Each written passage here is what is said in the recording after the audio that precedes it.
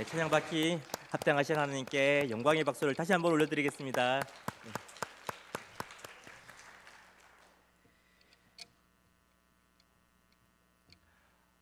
저는 공대생으로 대학 시절을 보냈습니다. 1학년을 마치고 군에 갔다 온 후에 이 복학에서 과에서 운영하는 공부 동아리를 지원하게 되었습니다. 이유는 두 가지였습니다. 첫 번째는 책이 너무 많고 무거워서 이 최소로 들고 다닐 수 있는 방법이 필요했고, 두 번째는 믿지 않는 사람들과 만나면서 이 삶으로 복음을 전하는 것도 중요한 일이라 생각하고 있었기 때문에 일부러 이 기독교 동아리가 아닌 곳을 지원하게 되었습니다. 제가 지원한 이 공부 동아리 방은 15명 남짓 되는 사람들이 모여서 함께 공부하고 또 시험이나 진학 또 취업에 필요한 정보도 함께 공유하고 돕는 곳이었습니다. 그것도 굉장히 매력적이었지만 당시 제게 더 큰 매력은 좀 전에 말씀드린 것처럼 이 독서실처럼 개인 책상과 이 책장을 준다는 것이었습니다. 그런데 이 합격의 문턱을 넘기에는 제겐 큰 난관이 하나 있었습니다. 그 공부 동아리방은 이 공간의 한계 때문에 1년에 한두 명 정도밖에 뽑지를 않았었는데 저는 좋은 조건을 갖추지 못했습니다. 바로 이 크리스천이라는 이유 때문인데, 주로 동아리 행사가 주일에 있었는데 저는 교회에서 이 섬기던 일이 여럿 있어서 행사에 온전히 참석하기가 어려웠습니다. 당연히 이 단합의 걸림돌이 된다고 생각한 그 동아리 분들이 저를 바라줄 이유가 없었겠죠. 그런데 나중에 한 사실이었는데 이 한 사람의 우김으로 저는 결국 들어가게 되었습니다.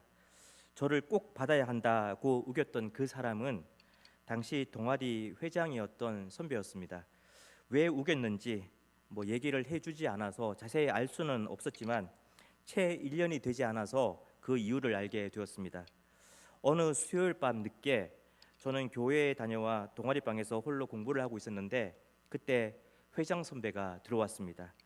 어디 다녀오셨냐고 물었더니 교회에 예배드리러 갔다가 남아서 기도하고 오는 길이라고 얘기를 했습니다. 저는 그때 그 선배가 교회를 다닌다는 사실을 처음으로 알게 되었습니다. 그 선배가 이야기를 계속했습니다. 사실 예전에 교회를 다녔었는데 오랫동안 방황을 하느라 정말 오랜만에 교회를 다녀온 것 같아. 사실 선배로 내게 좋은 모범을 보였어야 했는데 그렇지 못해 부끄러워서 교회를 다닌다는 얘기를 못했단다. 너와 신앙 얘기도 나누고 싶었는데 용기가 안 나더라. 그런데 신앙생활을 하는 내가 곁에 있으면 내가 방황을 빨리 마칠 수 있을 것 같아서 우겨서 너를 받게 된 거야. 본이 되지 못해 정말 미안하다. 저는 그날 밤 늦게까지 그 선배와 이야기를 나누며 그동안 그 선배의 삶에 아주 진하게 묻어서 점처럼 떨어지지 않던 이 공허함을 보게 되었고, 그 공허함을 벗어내기 위해 할 수 있는 자신의 갖가지 방법들로 해결해 보려 했던 그런 이야기들도 자세히 들을 수 있었습니다. 그렇게 돌고 돌아서 다시 신앙 앞에 서게 되었고, 이제야 답을 조금씩 찾아가는 것 같아 용기를 내어 본다고 그렇게 이야기를 했습니다. 그런데 이런 공허함에 대한 이야기를 꺼낸 것은 비단 그 선배뿐만은 아니었습니다. 한 번도 교회를 다녀본 적 없는 친구, 후배들도 술만 마시면 제게 다가와 이 허무와 공허에 대한 이야기를 꺼냈습니다. 외적으로 뭔가 가지지 못해 이 공허를 얘기한 것은 아니었습니다. 외적인 곳으로 치자면 다들 저보다 훨씬 나았습니다. 그들의 이야기는 외적으로 채워지지 않는 이 내적인 공허에 대한 것이었습니다. 저는 그때 이 주변 사람들의 이야기를 통해서 세상 그 무엇으로도 채워지지 않는 이 공허함이 인생을 둘러싸고 있다는 것을 좀 더 체감적으로 느끼게 되었습니다. 뭔가 더 가지면, 뭔가 더 높은 자리에 올라서면, 뭔가 더 칭송을 받으면, 뭔가 더 존경을 받으면 인생이 더 빛날 것 같은데 사실 공허 하나 해결하지 못하는 것이 바로 인생입니다. 그만큼 인생은 약함, 연약함 그 자체입니다. 오늘 본문을 기록한 아굴도 이런 인간의 약함, 무능을 너무나 잘 알고 있었습니다. 2절을 다시 한번 보시겠습니다. 나는 다른 사람에게 비하면 짐승이라 내게는 사람의 총명이 있지 아니하니라. 자신을 짐승이라 표현했습니다. 보통 이 사납고 음흉한 사람을 보면 짐승이라는 표현을 많이 하지 않습니까? 아굴은 그런 뜻의 짐승을 지금 말하고 있는 것이 아니라 이때 짐승의 의미는 우둔하다, 어리석어 말귀를 잘 알아듣지 못한다, 총명이 없다라는 의미입니다. 사실 인간의 실체를 깊이 찾아 들어가라 보면 결국 만나게 되는 지점이 바로 이곳입니다. 무능함, 약함. 이 3절과 4절도 한번 보시겠습니다. 나는 지혜를 배우지 못하였고 또 거룩하신 자를 아는 지식이 없거니와 하늘에 올라갔다가 내려온 자가 누구인지 바람을 그 장중에 모은 자가 누구인지 물을 옷에 싼 자가 누구인지 땅의 모든 끝을 정한 자가 누구인지 땅의 모든 끝을 그의 이름이 무엇인지 그의 아들의 이름이 무엇인지 너는 아느냐. 이 구절을 보면 이 무능한 인간이 어찌도 그렇게 교만한지, 교만할 것 없고 교만할 수 없는 인생의 이 교만을 한번 생각해 볼 수 있을 것 같습니다. 아굴은 참 솔직합니다. 스스로 하나님을 아는 지식을 가졌다라고 말하지 않습니다. 아니 오히려 하나님을 아는 지식도 지혜도 없었다고 고백했습니다. 누가 이 세상을 주관하고 계시는지, 누가 세상을 돌보고 계시는지, 그분의 이름이 무엇인지, 그분의 아들의 이름이 무엇인지 조차 알 수 없다고 고백을 했습니다. 하나님께서 스스로 우리에게 자신을 나타내지 않으셨다면 누가 하나님을 알 수 있었겠습니까? 우리가 하나님을 찾은 것 같지만 사실은 하나님께서 먼저 우리를 찾아주신 것입니다. 우리가 우리의 지혜로 하나님을 이 모양 저 모양으로 판단하고 마치 하나님을 다 아는 것처럼 말하지만 하나님께서 우리에게 자신을 드러내 보이시지 않으셨다면 우리는 하나님에 대해서 아무것도 알 수 없습니다. 지금도 얼마나 많은 사람들이 잘못된 방법으로 하나님을 분석한 후에 마치 하나님을 다 아는 것처럼 또 인간이 만들어낸 신으로 정의하고 있지 않습니까? 그것도 모자라 내가 곧 신이다라고 말하며 인간을 신의 자리에 올려놓으려는 시도가 얼마나 자주 목격이 되고 있지 않습니까? 이뿐이겠습니까? 인생은 자주 좋아하는 것들을, 소유하고 싶은 것들을, 또 되고 싶어하는 그런 열망들을 하나님의 자리에 올려놓기도 합니다. 모든 것의 우선순위는 하나님이다 라고 말은 하지만 자주 그 우선순위를 나의 것으로 뒤바꿔 버리는 것이 솔직히 우리 인생이기도 합니다. 그토록 인생은 교만과 매우 친밀합니다. 이런 인생에게 아굴은 지혜를 전하고 있습니다. 그 지혜는 근원을 돌아보는 것입니다. 나의 근원을 생각해 보는 것입니다. 내가 어떠한 존재인지, 어디에서부터 시작된 존재인지, 나는 어느 길 위에 서 있어야 하고 나는 어디로 돌아가야 할 존재인지를 늘 생각해 보는 것입니다. 생각해 보는 것, 이것이 중요합니다. 마태복음 6장 28절에 보면 예수님은 이렇게 말씀을 하셨습니다. 또 너희가 어찌 의복을 위하여 염려하느냐? 들의 백합화가 어떻게 자라는가 생각하여 보라. 수고도 아니하고 길쌈도 아니하느니라. 여기서 중요한 단어가 생각하여 보라입니다. 앞뒤 구절이 다 이 생각하여 보라는 이 단어와 연관이 되어 있는데 이렇습니다. 한번 생각하여 보라. 목숨을 위하여 무엇을 먹을까? 무엇을 마실까? 몸을 위하여 무엇을 입을까? 염려할 필요가 없는데 목숨이 음식보다 중하지 아니하며 몸이 의복보다 중하지 아니하냐. 한번 생각해 보라. 공중의 새도 너희 하늘 아버지께서 기르시는데 너희는 이것들보다 귀하지 아니하냐. 한번 생각해 보라. 누가 염려함으로 키를 한 자라도 더할 수 있겠느냐. 한번 생각해 보라. 들의 백합화가 어떻게 자라는 것을 한번 생각해 보라. 오늘 있다가 내일 아궁이에 던져지는 들풀도 하나님이 입히시거든 하물며 너일까 보냐 믿음이 적은 자들아. 하나님을 생각해 보는 것, 하나님의 성품을 생각해 보는 것, 하나님의 일하심을 생각해 보는 것, 하나님이 지으신 나라는 존재의 근원을 생각해 보는 것, 하나님이 두신 나의 자리를 생각해 보는 것, 이것이 지혜로운 삶입니다. 아굴은 하나님께서 힘이 되어 주시기로 작정하지 않으셨다면 그냥 무능, 약함 그 자체일 수밖에 없는 인간의 실체를 생각했습니다. 또 하나님께서 먼저 찾아주시지 않으셨다면 그냥 썩어질 욕심과 욕망의 노예가 된 채 험으로 이끌려갈 수밖에 없는 인생을 생각해 보았습니다. 생각을 통해 이 지점에 이르면 인생을 둘러싼 교만이 걷어지고 겸손이 나타나기 시작합니다. 그리고 인생을 만드시고 이끄시는 하나님께로 겸손히 시선을 옮기게 됩니다. 사랑하는 성도님들, 때때로 하시는 일들을 멈추고 걷던 길을 멈추고 한번 생각해 보시기를 바랍니다. 누가 나를 만드셨는지, 왜 나를 만드셨는지, 그래서 나는 어떠한 존재인지, 어떠한 존재로 살아야 하는지, 지금 내가 걷고 있는 이 길이 하나님께서 정말 내게 바라시는 그 길 위에 서 있는 길인지 한번 생각해 보시면 좋겠습니다. 그런 생각, 그런 돌아봄은 신앙의 여정에서 굉장히 중요합니다. 이 하나님 안에서 우리 자신을 잘 돌아보지 못하기 때문에 하지 말아야 할 실수를 반복해가면서도 좀처럼 성장이 이루어지지 않는 것입니다. 그리고 그뿐 아니라 이 교만의 결박에 늘 묶여 지내기도 합니다.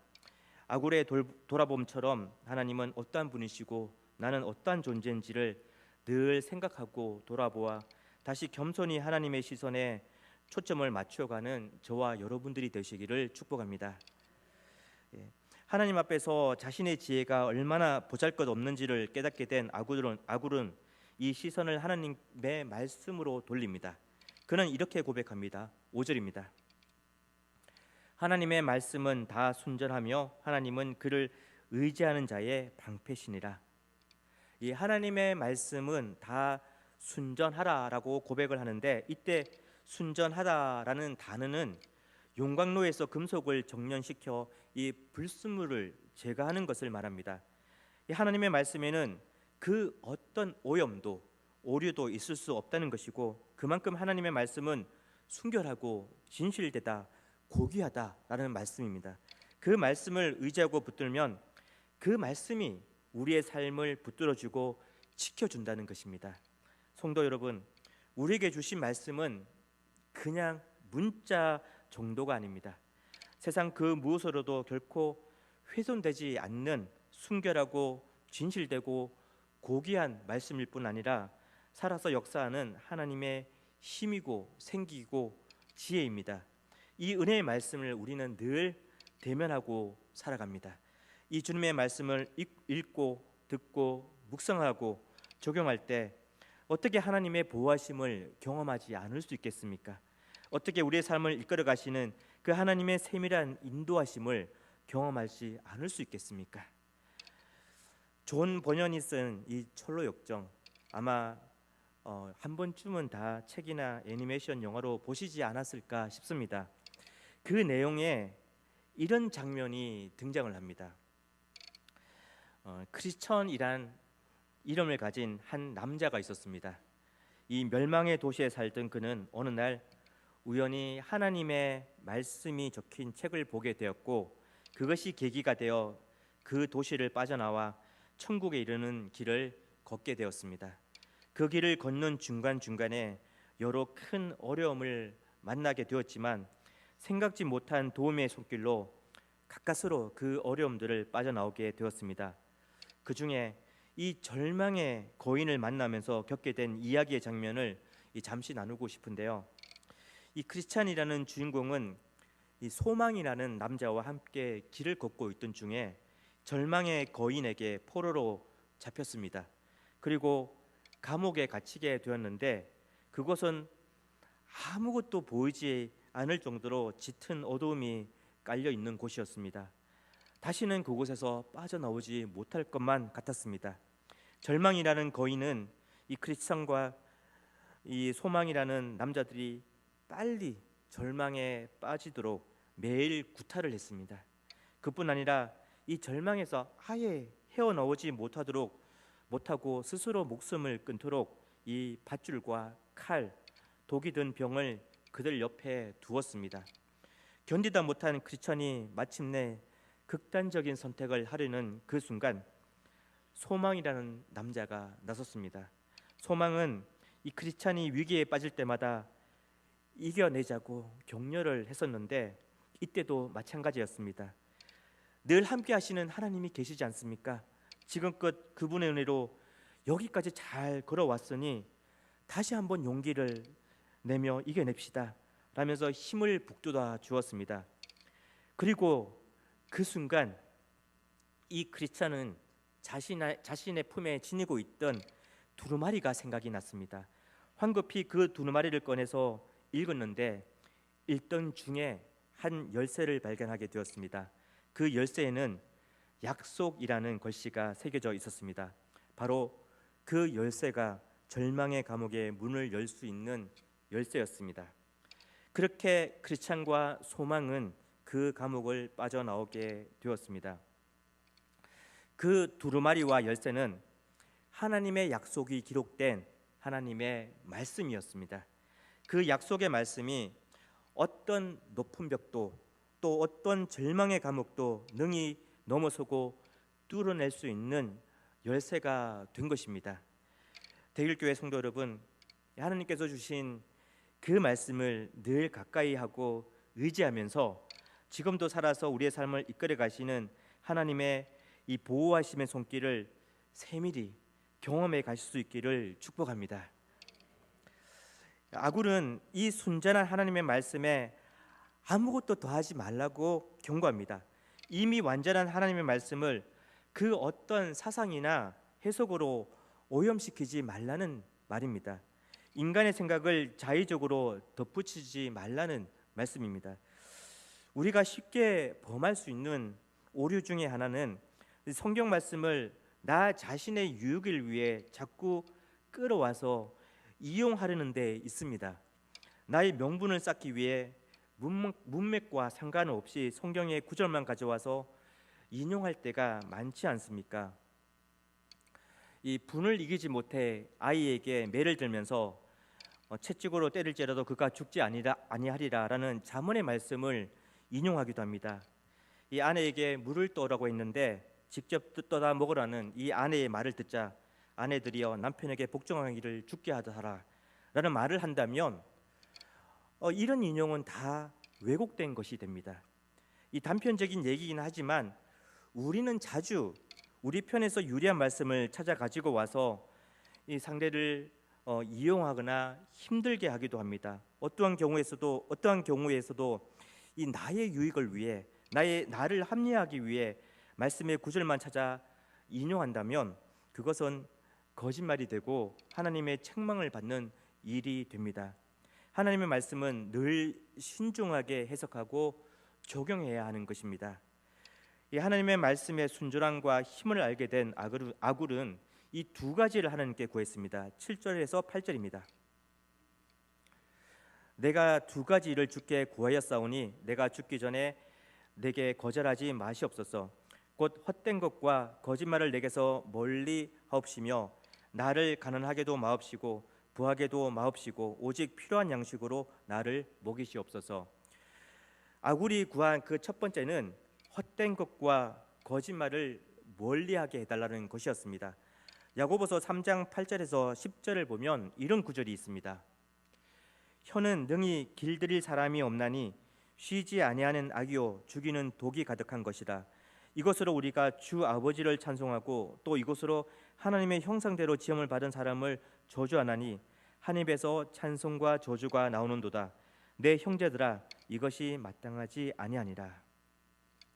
이 하나님의 말씀의 순전함과 힘을 아는 자가 어떻게 헛된 말과 거짓말을 동시에 할 수 있겠습니까? 그런데 사실 우리는 그런 잘못을 자주 범하고 삽니다.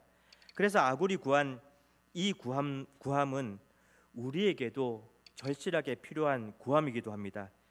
우리의 혀와 입술이 생명을 살리고 세우는 곳에 사용되어지되 상대에게 상처를 주고 상대를 짓누르는 일에는 사용되지 않도록 늘 보살펴 주시옵소서. 이 기도가 우리의 간절한 간구여야 하지 않을까요? 두 번째 아굴은 필요한 양식을 구했습니다. 이렇게 구한 이유는 9절에 나옵니다.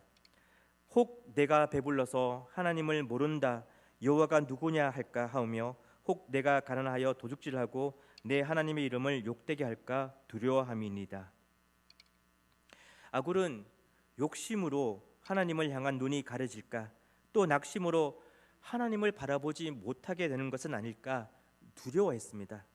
이 긴장은 정말 중요합니다. 이 긴장이 사라지는 순간 우리는 욕심에 도달할 수도 있고 낙심에 함몰될 수도 있습니다.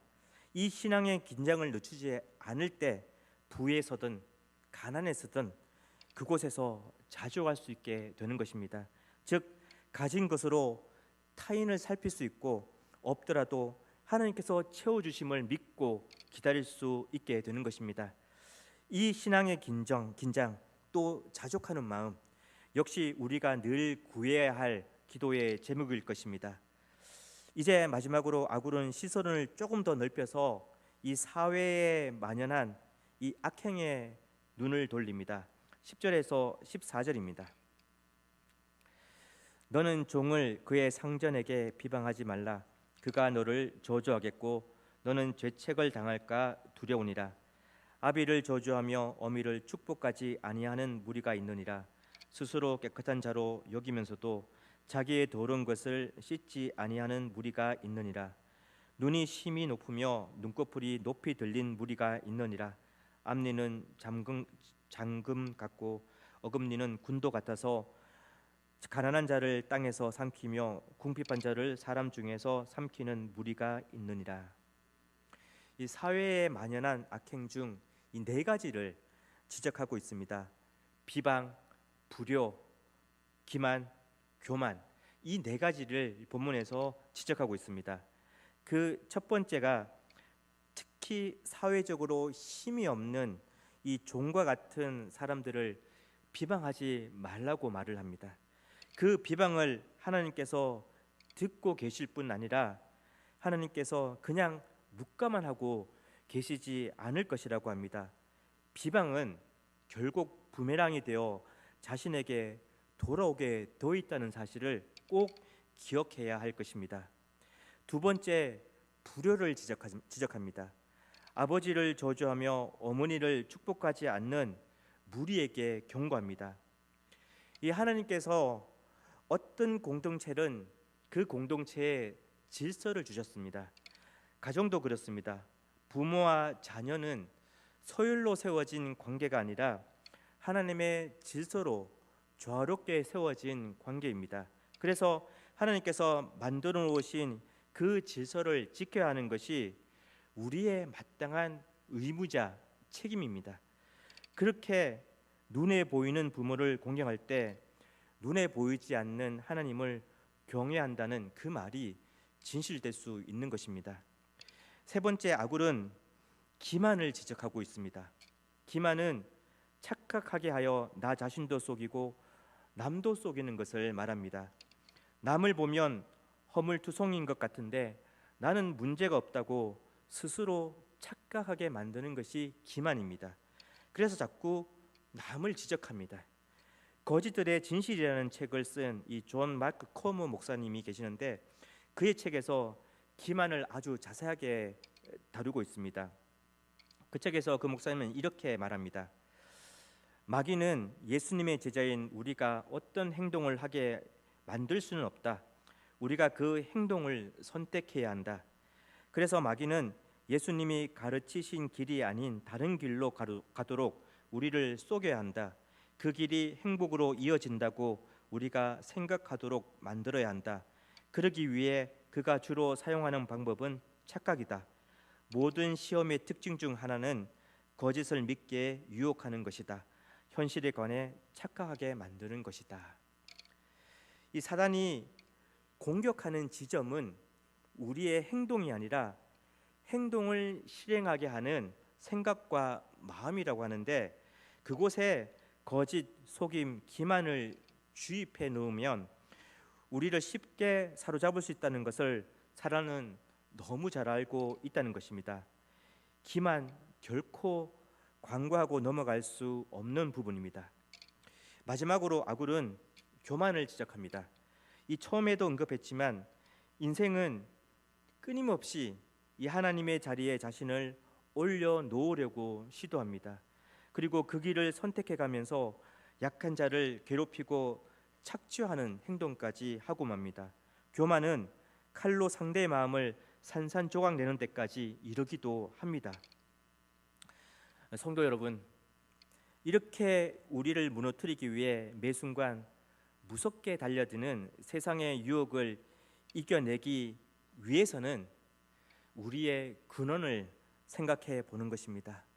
나는 어디에서 비롯되어졌고 나는 어떠한 존재인지를 늘 생각해 보는 것입니다. 그리고 우리의 근원에 대한 답, 우리의 목적지에 대한 답, 또 목적지에 이를 때까지 삶의 길잡이와 지침이 되어주는 하나님의 말씀인 성경을 찾아서 읽고 듣고 배우고 묵상하고 적용하고 실천하는 일들을 매일 해 나가는 것입니다. 그리고 그 말씀으로 세상의 가치를 계속 저항해 가는 것입니다. 대길교회 성도님들, 이렇게 매일을 살아가시면서 하나님께서 친히 보호해 주고 계심을, 또 하나님께서 친히 세밀하게 인도해 주고 계심을 가까이에서 늘 느끼고 고백하는 그런 나날이 되시기를 축복합니다. 네, 함께 기도하겠습니다. 사랑의 하나님, 목적과 길을 잃고 방황하는 우리에게 친히 찾아와 주신 그 은혜를 생각할 때마다 감사를 올려드리지 않을 수 없습니다. 정말 교만할 것이 단 하나도 없는 무능하고도 약한 존재임에도 늘 하나님의 자리에 올라설 기회를 엿보는 것이 우리가 자주 범하는 어리석음이기도 합니다. 하나님, 이런 어리석음에 넘어지지 않도록 늘 하나님의 말씀 안에서 우리 자신을 잘 돌아보게 해 주시옵소서. 우리의 근원이 어디인지, 왜 우리는 이 땅에 보내어졌는지, 우리가 마땅히 서 있어야 할 곳은 어디인지를 늘 잘 돌아볼 수 있게 해 주시옵소서. 특별히 우리에게 은혜로 주신 하나님의 말씀을 늘 가까이 대하며 살게 해 주시옵소서. 말씀을 읽고 듣고 배우고 묵상하고 적용하며 실천하는 삶이 우리의 일상이 되어 하나님의 말씀이 우리를 늘 보호하고 계심을 경험하는 매일의 삶이 되게 해 주시옵소서. 뿐만 아니라 인생의 나침반이 되는 하나님의 말씀으로부터 힘과 지혜를 늘 얻게 하시고 그 지혜로 분별해야 할 것들을 잘 분별하며 살게 해 주시옵소서. 하나님, 사회에 만연한 이 비방, 불효, 기만, 교만에 휩싸이지 않도록 늘 지켜 주시옵소서. 살리는 입술이 되되 속이고 상처를 내는 칼로는 살지 않도록 우리 자신을 늘 붙들어 주시옵소서. 늘 함께하신 주님의 은혜에 감사드리며 예수님의 이름으로 기도드립니다. 아멘.